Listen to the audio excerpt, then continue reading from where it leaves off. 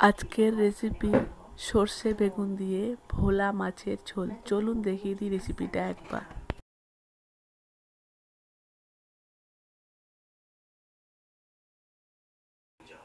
প্রথমে মাছগুলোকে নুন ও হলুদ দিয়ে দিলাম। এরপর একটা কড়াইতে সর্ষের তেল গরম করে নুন হলুদ দিয়ে মাখে মাছটাকে ভেজে এটি পাত্রে তুলে নেব। মাছ ভাজার তেলে কেটে রাখা বেগুনগুলোকে দিয়ে আমি লাল লাল করে ভেজে সেগুলোকেও একটি পাত্রে তুলে নিলাম।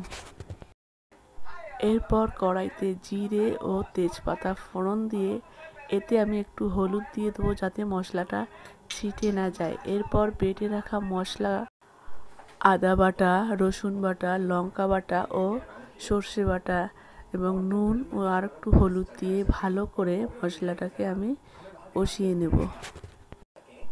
মশলাটা কষানো হয়ে আসলে এর মধ্যে আমি ভেজে রাখা বেগুনগুলো দিয়ে ভালো করে নাড়িয়ে চাড়িয়ে একটু জল দিয়ে দেব।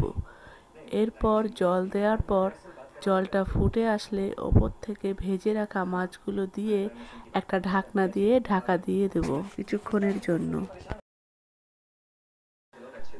কিছুক্ষণ পর ঢাকনাটা তুলে মাছটা নেড়ে চেড়ে আমি ওপর থেকে একটু ধনেপাতা কুচি ছড়িয়ে নাড়িয়ে চাড়িয়ে নামিয়ে নেব।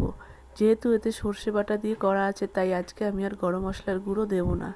এরপর নাড়িয়ে চাড়িয়ে একটি পাত্রে নামিয়ে নিলাম। তো রেডি হয়ে গেল আমাদের সুন্দরী ভোলার ঝোল। রেসিপিটা যদি ভালো লেগে থাকে একটা লাইক অবশ্যই করে দেবেন। ধন্যবাদ।